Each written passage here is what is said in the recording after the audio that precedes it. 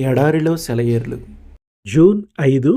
నీ దేవుడైన యెహోవా వలన సూచన నడుగుము. యెషయా 7:10.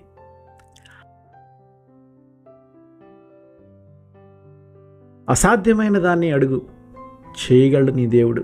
అసాధ్యం కంటే అసాధ్యమైన దాన్ని. దేవుని దీవెనల కొట్ల మీద దాడి చెయ్యి, అన్నీ ఉన్న ఆయన దగ్గర. ఈరోజే నమ్మకముంచి వెతికి చూడు. మనం ఎడతెగక ప్రార్థన చేస్తూ దేవుని ఎదుట కనిపెడుతూ ఉండాలి. గొప్ప వర్షపు చప్పుడు వినబడేదాకా ఎదురు చూడాలి. గొప్ప గొప్ప విషయాల గురించి దేవుణ్ణి ఎందుకు అడగకూడదు? విశ్వాసంతో అడిగితే అందుకు తగిన ధైర్యం, ఓపిక మనకు ఉండి కనిపెట్టగలిగితే తప్పకుండా ఎంత గొప్ప దీవెనైనా మనకు దొరుకుతుంది. ఈ లోపల మనకి చేతనైన పనుల్ని మనం చేస్తూ ఉండాలి.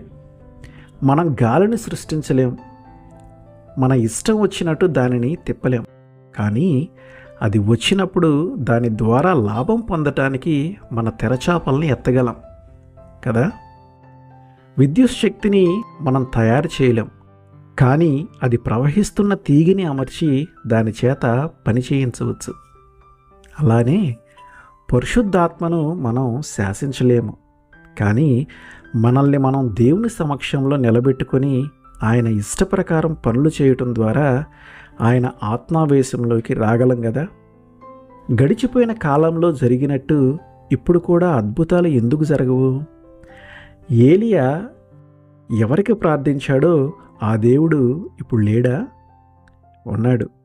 కానీ ఏలియా వంటివాడు తనను పిలవాలని ఆయన ఎదురు చూస్తున్నాడు. క్రొత్త నిబంధన కాలంలోనేమి పాత నిబంధన కాలంలోనేమి బ్రతికి అద్భుతాలు చేసిన పరిశుద్ధులు మనకంటే అతీతులు, అసమానులు కాదు, మనలాంటి వారే. ఆత్మీయ ప్రపంచానికి చెందిన ఎలాంటి శక్తులు వాళ్ళ ఆధీనంలో ఉండి వాళ్ళనంత ఆత్మశూరులుగా మార్చినాయో అవే శక్తులు మనకి కూడా అందుబాటులో ఉన్నాయి. వాళ్ళకున్న విశ్వాసం, వాళ్ళకున్న నిశ్చయత, ప్రేమ మనకు కూడా ఉంటే వాళ్ళు సాధించినట్టే మనం కూడా ఆశ్చర్య కార్యాలను సాధించగలం.